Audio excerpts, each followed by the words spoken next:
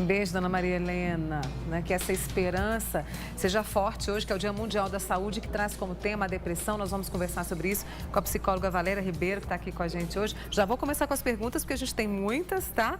Olha, a Selma de Uberaba, eu fiquei bem tocada com a história dela e espero que a dona Maria Helena te inspire, viu, Selma? Ela tem depressão desde os 16, está com 44 anos e está sofrendo muito mais agora porque ela perdeu a mãe e a irmã. E ela diz que sem remédio não consegue. Selma, né? Selma. Selma. A força está... A busca, a solução para todo esse sofrimento vai estar dentro dela mesma, né? De alguma forma. Apostar, como a dona Maria Helena, que ela tem condições de encontrar forças suficientes, que a depressão, ela sim, ela é uma doença séria, que hoje é o que causa maior número de invalidez e incapacitações para o trabalho no mundo, porque o sujeito que vive um processo depressivo, a gente ouve muito isso no consultório, ele vive a morte em vida. Nossa, então, é uma dor psíquica absurda. Mas isso vai além de uma simples disfunção neurológica, de uma simples disfunção de neurotransmissores. Tem uma série de outros fatores que sustentam esse transtorno. E esse transtorno ele se sustenta em fatores muito culturais, muito sociais, muito relacionais. Então, a dona Selma, ela pode perceber que não está só no remédio que vai compensar essa falta que ela tem no organismo. Ela tem outras frentes de atuação, como as relações, como uma psicoterapia, como atividade física. Eu tive uma professora na faculdade, num tempo atrás, que dizia que o bem-estar que uma atividade física promove no corpo, nenhum medicamento é capaz de substituir.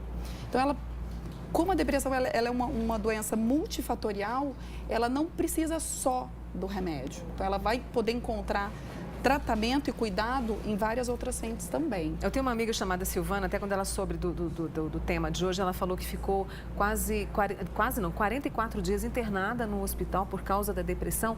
E ela começou a perceber, depois de todo o tratamento, que dependia muito dela. É isso, né? Que depende muito da pessoa. Por mais que você não tenha força, mas depende de você, você tem que encontrar isso lá. No momento mais agudo da depressão, né? A gente precisa entrar com um tratamento medicamentoso, sim, porque eu preciso dar condições para esse sujeito de ter forças para olhar para fora do fundo do poço, né? E existe uma carência no corpo dele mesmo que está pedindo, e a medicação ela é muito, muito eficaz nesse sentido. Mas ela não é a única, né? E quando a gente fala dessa força dentro do próprio sujeito, é de olhar para as próprias relações, é de olhar para a forma como ele tem levado a vida. A gente tem olhado muito para a depressão, como a Organização Mundial da Saúde propôs esse tema para esse ano, justamente para entender que por que será que é a doença que está mais despertando a preocupação no mundo? Porque é a doença que traz o maior número de invalidez nas pessoas que se afastam de trabalho. E até de suicídio. Sim, é a principal causa de suicídio. E isso porque os números que nós temos acesso são números que ainda desconfia, porque não são todos os números, todos os fatos, todos os casos que chegam realmente até nós. Eu tenho aqui a Solange de Uberaba, ela quer saber a diferença entre depressão e tristeza. Ela disse que foi diagnosticada com depressão há 20 anos, ela tem uma sensibilidade enorme para chorar, é normal? Claro, ela pode ser uma pessoa muito sensível. Agora, essa distinção é muito importante porque em tempos como essa sociedade da emergência que nós estamos vivendo, emergência em tudo, não se tolera muitos sentimentos, não se tolera uma tristeza. Se eu tenho uma causa real, localizada para estar me sentindo triste, isso não necessariamente é uma depressão. Então, a principal diferença entre depressão e tristeza é esse sentimento de tristeza profundo, localizado ou não. Quando eu não consigo encontrar num objeto ou num fato ou numa situação específica essa tristeza profunda, e ela perdura por mais tempo, ela começa a me incapacitar de circular pelo meu meio social, familiar, de trabalho, aí sim talvez eu possa pensar numa depressão. Agora, uma pessoa sensível, eu poderia ser diagnosticada facilmente, porque eu assisto também. TV, eu vejo um belo quadro, eu escuto uma bela música, um livro, eu vejo uma cena bonita ou triste na rua e me emociono. Eu tenho aqui a Kátia de Uberlândia, ela diz o seguinte, que a acupuntura e muita oração tem ajudado. É um vazio tão grande que chega a doer fisicamente, que é o que você trouxe pra gente, Sim. né? E com certeza, esses trabalhos alternativos, em que se entende que o sujeito é muito maior do que um amontoado de células, e não é por acaso que a Organização Mundial da Saúde entende que saúde é um conjunto de bem-estar físico e emocional, é uma saúde integral. Eu não posso desconsiderar todas as outras facetas do sujeito. Eu não sou um amontoado de células e sinapses e conexões neurológicas que precisa única e exclusivamente de um tipo de intervenção. É claro que nesse sentido, então, a acupuntura, a oração, a fé, a psicoterapia, uma boa autorresponsabilização pelas escolhas que se tem feito na vida, que prioridades eu tenho colocado para mim, o que me alimenta enquanto sujeito, o que alimenta o meu desejo, o que me traz prazer. E que normalmente a gente tem vivido uma vida em que se espera 5 dias para ter prazer no final de semana. Isso é um absurdo. Olha que absurdo. Né? Se eu considerar todas essas funções, a depressão ela vai ser vista como uma causa de toda essa forma de vida, de todas essas relações que a gente está estabelecendo. Eu tenho a pergunta de uma pessoa que pediu para não falar o nome dela. Ela teve uma mudança, trabalhava fora, mudou de bairro, está amarga demais. Isso pode levar a uma depressão? Teve essa mudança radical na vida dela. Se ela não conseguir encontrar formas alternativas de olhar para isso como escolhas,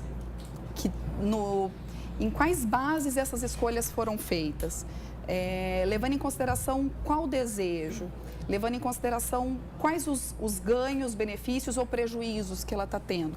Quando essa balança fica desequilibrada, é sim, muito possível que um estado de sofrimento e de tristeza profunda perdure a ponto de se transformar numa depressão. É bom mudar o olhar também, tentar achar de bom, né, que tem nessa mudança. Claro, porque é fácil. A gente faz as escolhas de acordo com as ferramentas que a gente tem naquele momento.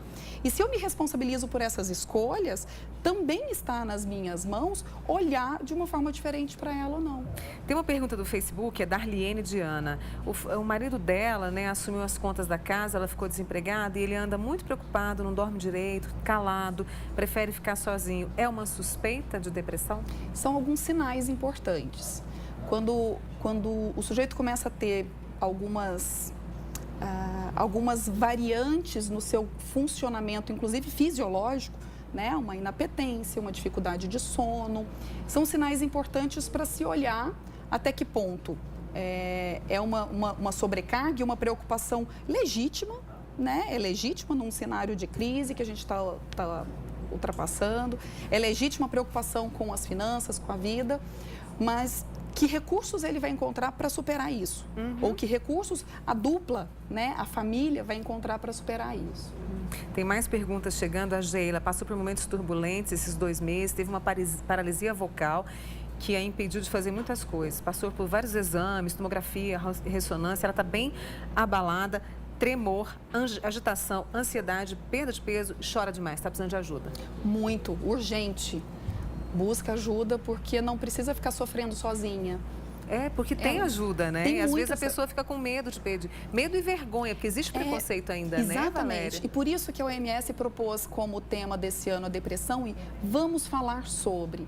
À medida que se fala sobre, se desmistifica, se tira dúvidas, se quebra paradigmas e preconceitos sobre é frescura, é tristeza, é depressão. Quais são as fronteiras de todos esses pilares também, né? Mais uma pergunta, a pessoa não está satisfeita nunca.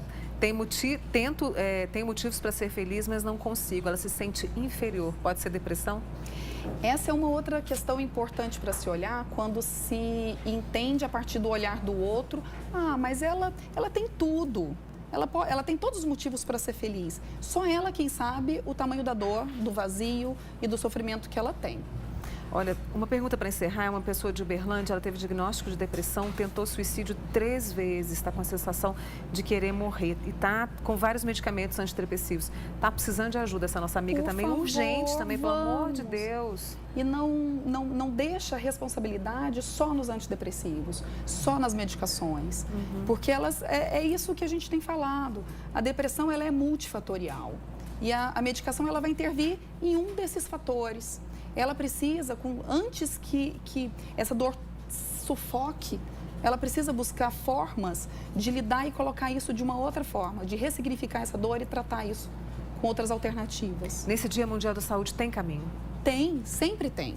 Né? Sempre Enquanto tem há vida, há caminho. E esperança, como a dona Maria Helena falou. Valéria Ribeiro, psicóloga, obrigada por ter vindo aqui hoje. Obrigada mais uma vez por esse espaço para se falar sobre saúde mental. Sempre. Que a gente entende que se tem tanta abertura é porque é a necessidade de chegar com água para quem tem sede no deserto. É isso. Obrigada, Valéria. Obrigada a você, Até a Mônica. próxima. Até.